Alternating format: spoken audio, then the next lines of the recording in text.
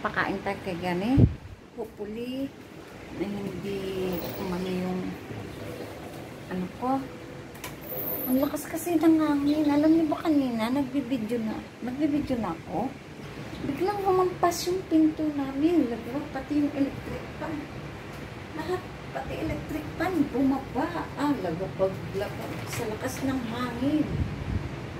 Sa lakas ng hangin. Sa lakas ng hangin. And then, kaya namin yung electric fan kasi hindi na kailangan mag-run ng antay-tay-tay. Kailangan ko magpakain si Gani. Mama, your breakfast together lunch is brunch already. Okay? I put you a bit higher. Ilalagay ko ng konti. Taas. Can you see? Sana hindi ka makita sa video. Huwag lang makita yung face mo sa video, okay na. Yeah. Ako na lang makita. Ako na lang makita, Gani. Nandito na yung food mo. Dito ka lang. Ayusin lang natin yung kalang mo. Tsaka itong kamay mo. Ilagay mo dito yung kamay mo kasi malamig ang panahon. Makakalamigin. Makakainin mo na kita. Ay! Hindi pa pala ako nakakuha ng sponge para makano ako siya ng tubig. Ay, makakas na.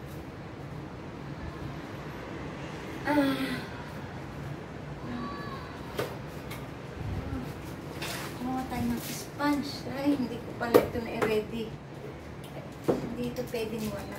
Kasi hindi ito pwedeng wala. Kasi ito yung pang-ano ko ng tubig. Supposed to be na pagkatapos niyang kumain, didip ko ito sa warm water.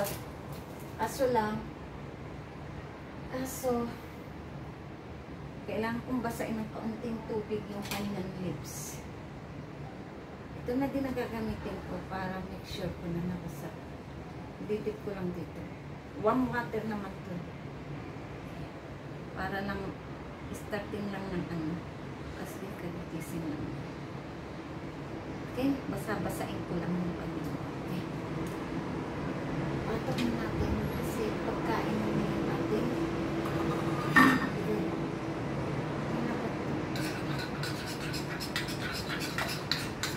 Ito yung pagkain niya. Ito yung texture. Ganito. Para dire-diretso. Okay, Ama. I put you higher already. Ito na lang. Wait. Your hand put here. Mukha kong matuunan. Oh my God. Bali ang buto mo. Pag natuunan kita. Okay? Kaya ma, say ah.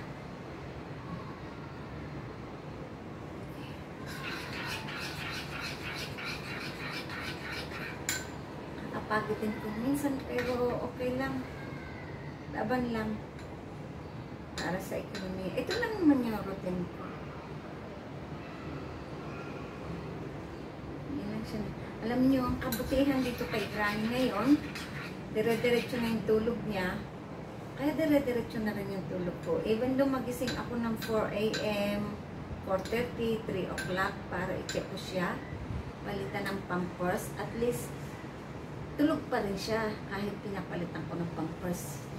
Kasi 3 times a day na siyang kumakain. Ganito na yung amount na nakakain niya ngayon. Recently, bumalik yung dati niyang appetite.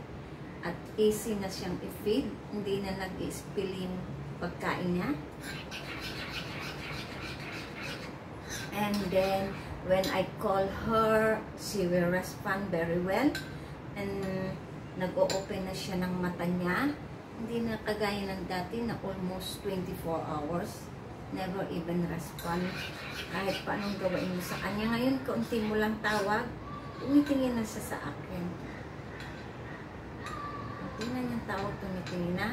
And the best then, wala na siyang water retention. Wala na siyang manas sa mga kamay niya. I think, umaano na yung blood circulation niya. At saka yung heartbeat niya, medyo stable na siguro. Kaya wala na siyang water retention. See? Ama, open your eyes. Mayroon akong get ready na small towel. Wet na siya. Para hindi ko gagamitin lagi ay tissue. Makatipid ng kaunti. Bilis na niya kumain. Tingnan niyo. Empty na yung ano. Hindi kagaya ng dati. Take time talaga. Mahirapan ka talaga. Mangalayan ka ng buong katawan mo. Mangalay talaga pagpapakain sa kanya. 1 hour and a half before niya yung ma-finish ito. Pero ngayon, once na siya, once na gising na talaga siya, time niyang kumain, ang bilis-bilis na itong nakain. It's a big bowl, you know? It's a 3/4 bowl. Ano ito? Oatmeal na ready na siya, pero binurn ko siya ng until 3 minutes. Para maging ang texture ganito, easy for her na i-swallow niya. And then, nilagyan ko siya ng 4 scoop of Ensure. Yung kinakain niya. Minsan, magluto ako ng ABC soup with sweet corn, potato, carrots, big onions, and meat. All this thing. Tapos, blender ko sa kanya yung potato with soup, maubos din niya, isang big bowl. 2 patatas, maubos niya yan. Basta i-blender ko lang. And then, lazy siyang uminom ng tubig, kaya ang ginagawa ko, ganyan na lang. Yung sponge, ididip ko sa warm water para ganyan ko sa bibig. At the same time, malinis yung bibig na after ng eat, nakakainom pa rin siya ng tubig. Kaya ang ginagamit kong tubig sa kanya, yung iniinom namin tubig na galing sa thermos. Kahit maswalo niya yun, mainom niya, at least malinis. Ako na lang gumagawa ng paraan para maano namin mapakain ko ng ayos si Granny. Mabigyan siya ng more energy until buhay pa siya. Ganun lang. Ganun lang. Ako lang siya ng yung tamang ibibigay ko sa kanya na pagmamahal bilang isang tagapag-alaga sa kanya.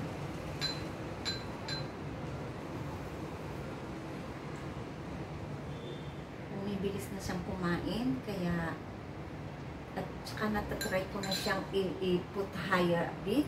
Kasi recent, first few months, pag itinaas mo siya ng ganyan lang, mga ilang degree lang yung taas niya, nagpipit na siya. Eh ngayon, kahit itaas ko siya ng kaunti, hindi na siya nagpipit. At least, ang blood circulation niya okay na, at saka yung oxygen niya sa kanyang brain. Kasi ang taong nagpipit means ang oxygen dito sa ano niya kulang pa. Hindi umaano sa utak, kaya nagpipit siya. Dati ganun siya. Once na inuupo mo siya, o itinayo mo siya, hindi pwede kasi nagpipit siya. Ngayon, hindi na, kahit ganito pa higher yung tayo niya, hindi na siya nagpipit. Wala na, normal na. At ang kanyang putis, napakaganda. Still rosy cheeks si Granny. Hindi mo na sasabihin na, automatic na, nag-o-open siya ng mouth. Is a bit accomplished na yun para sa akin na tagapag-alaga niya. Hindi ka na matatayod na. Oh, say, now, because ngayon, open na yung mata niya, nakikita na niya, pag dadating na yung spoon, automatic na, ibukan na niya yung bibig niya. Hindi ka na mag-aantay na, say, and the food, one spill. Yun ang, tinan niyo, mauubos na niya.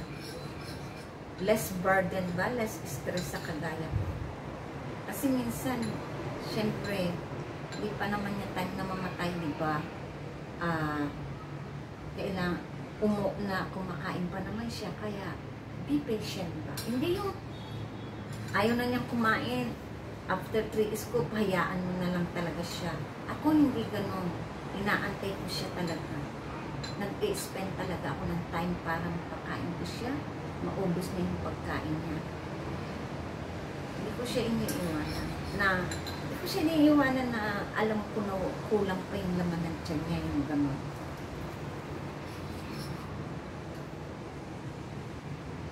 Ganun lang naman yung pag-aalaga. Pag may puso ka sa inaalagaan mo, siguro kung wala, iwan mo na lang siya pag ayaw kumain. Nang mauubos na niya. Mauubos na niya to. Kahit na hindi grateful yung mga anak ni Granny sa dawit ko pag-aalaga. At least, sa huling manghilingan ni Granny, maging okay siya. Ma-feel niya na love ko siya. Yan yung mga ano nyo, mga ugali ng mga Chinese. Kaya, I don't mind na. Unless, ilalab ko na lang sila ng kaya ng anak. Minsan nakakasuko rin, pero no choice. Hindi pa kasi niya time.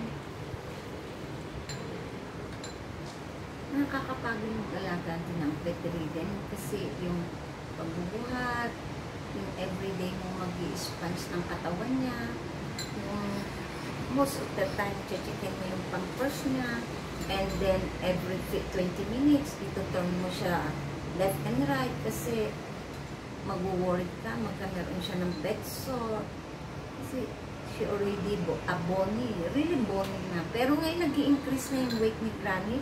Hindi na siya masyadong talaga yung skin stick to the bone. Ngayon more, ano na siya, parang nag-gain siya ng kaunting weight. Hopefully, mag-dire-diretso ko. Kahit until December lang. Okay, December.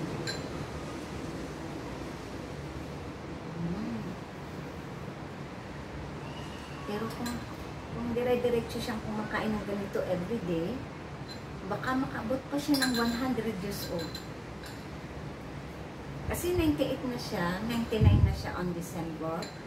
This coming December, already 98, 99 si Granny. Another 1 more year is 100 years na si Granny. Yung kaibigan ko, yung alaga niya, umabot ng 102. Nakaupo pa sa wheelchair. Kasi recently namatay na siya. At least yun, yung pagkain niya talagang lahat liquid, dumadaan lang sa nose niya, naka-attach na yun everywhere kung saan siya pumunta. At least si Granny ganito pa, na susubuan pa, nakakakain pa siya ng kaunting a bit of solid food, i-blender mo nga lang siya. That, like fruits or this thing, gawin mo lang siyang smoothie, like banana, gawin mo lang siyang smoothie, lagyan mo ng kanyang, nakakain pa naman niya. Kaya, lang, ginagawa ka siya ng smoothie na banana, and then lalagyan ko din ng ensure, blender ko. Nakakain naman niya, yung isang saging. Kasi malalaki naman dito yung saging.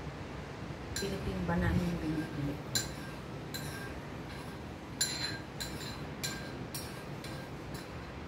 Wala na siyang masyadong, yung water retention. Okay na siya. Ngayon yung weather kasi umuulan, tapos mahangin. Kaya kailangan ko siyang palupin. Alam mo, anong oras na to? Almost 12 something. Mamaya ko na ulit siya kakakainin after 3 hours or 4 hours. But every hours, 30 minutes, inaano ko siya ng tubig. Lalagyan ko siyang tubig gamit yung sponge. Kasi ayaw niyo uminom ng tubig. Ayaw uminom ng tubig. Kaya ang gamit ko yun. Ako na lang nag-isip na ganun para makainom siya ng tubig. Minsan tay ko na isat noong sponge na uubos din. Tapos siya ng medicine. Imimix ko na yung medicine na dito kasi hindi na iinumin. Hindi na iinumin kasi kaya kailangan imimix ko na siya sa konting portion ng pagkain niya. Yeah. Ito para siya makapag-pass motion para inumin na lang yan. Iinumin na lang yan para ayos na.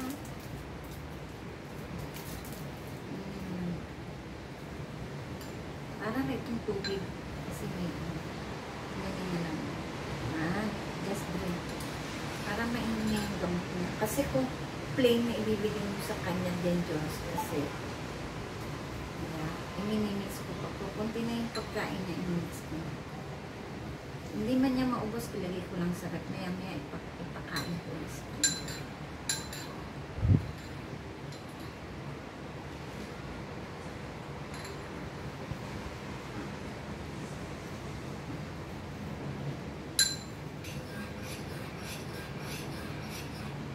Ito na yung trabaho ko araw-araw. Kung tulog siya, maglinis ako ng bintana. Pero ngayon, napakaswerte ko kasi si Shaina kasi nagtatambay sa mga kaibigan namin. Tapos, tinutulungan niya ako. Sa YouTube naman, hindi na nila ako pinatatambay sa kanila. Sinisave na lang yung data ko para sa akin live. Si Shaina na lang ang nagtatambay sa mga kaibigan ko. Si Shaina nagtatambay sa kanila para sa akin. Kaya, I'm very grateful kay Shaina. Kasi kilala naman ako ni Shaina. Kasi nakita na niya, makasama na niya ako. Kaya, alam niya yung ugali ko kung ano yung tunay kong ugali sa personal is not in social media lang na tayo ay nagkakilala na ang daling-daling mahusga ng kapwa.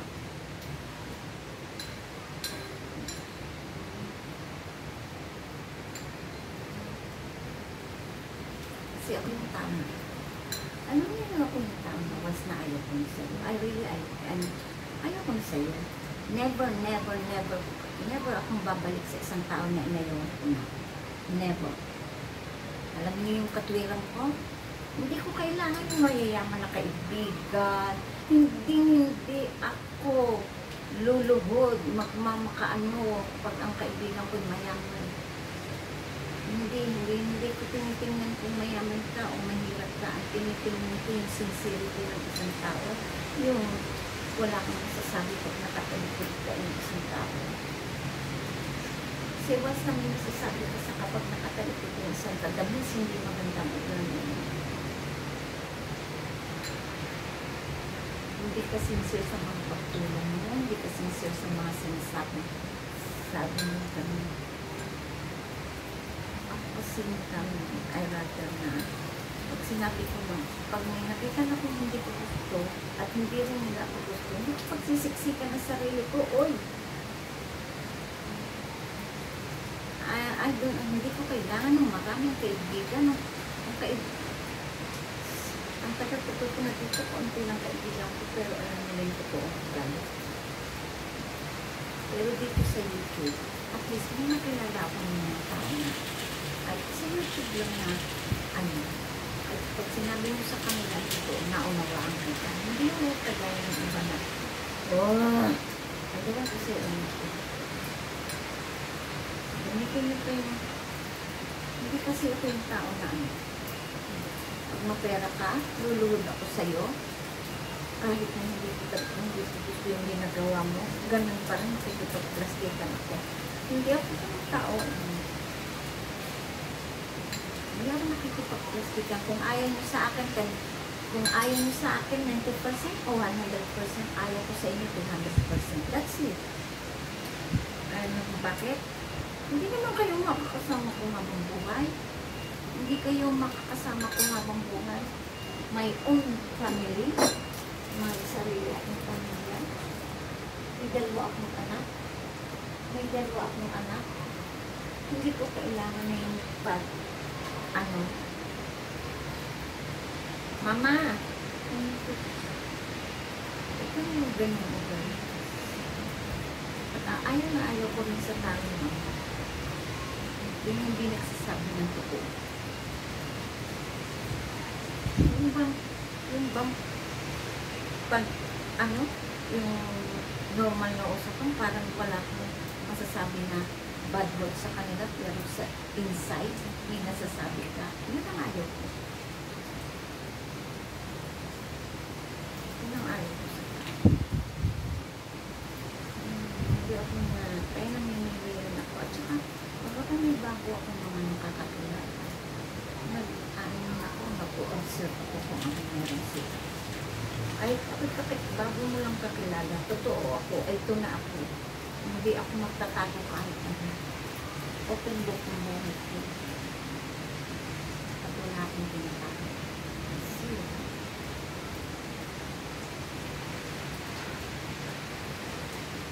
pero hindi ako sinungaling.